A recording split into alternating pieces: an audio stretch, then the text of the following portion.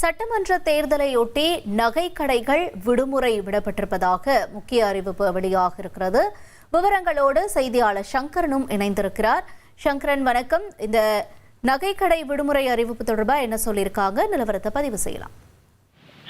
வணக்கம். விடிந்தால் நாளை காலை வாக்குப்பதிவு துவங்க இருக்கிறது. தேர்தலில் வாக்களிப்பதற்கு மக்கள் மிகுந்த ஒரு உற்சாகத்தோடு இருக்கிறார்கள்.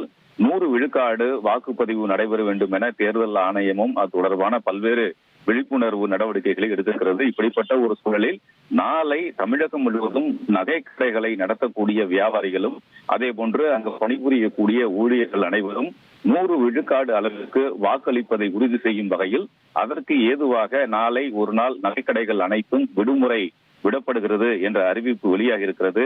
சங்கம் மற்றும் வைர வியாபாரிகள் சங்கத்துடைய பொதுச் செயலாளர் திரு சாந்தகுமார் இதற்கான அறிவிப்பை வெளியிட்டிருக்கிறார்.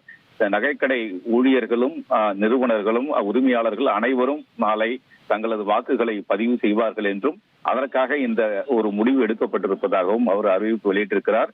இதன் காரணமாக தமிழகம் முழுவதும் நாளை 35,000 நகைக்கடைகள் விடுமுறை என்பது குறிப்பிடத்தக்கது. உங்களுடைய தகவல்களுக்கு நன்றி சங்கரன். நாளை நகை கடைகளுக்கு விடுமுறை அறிவிக்கப்பட்டிருக்கிறது. தேர்தல் எதிரொலியாக தன்னுடைய விவரங்களை எமது செய்தியாளர் சங்கரன் வழங்க கேட்டோம்.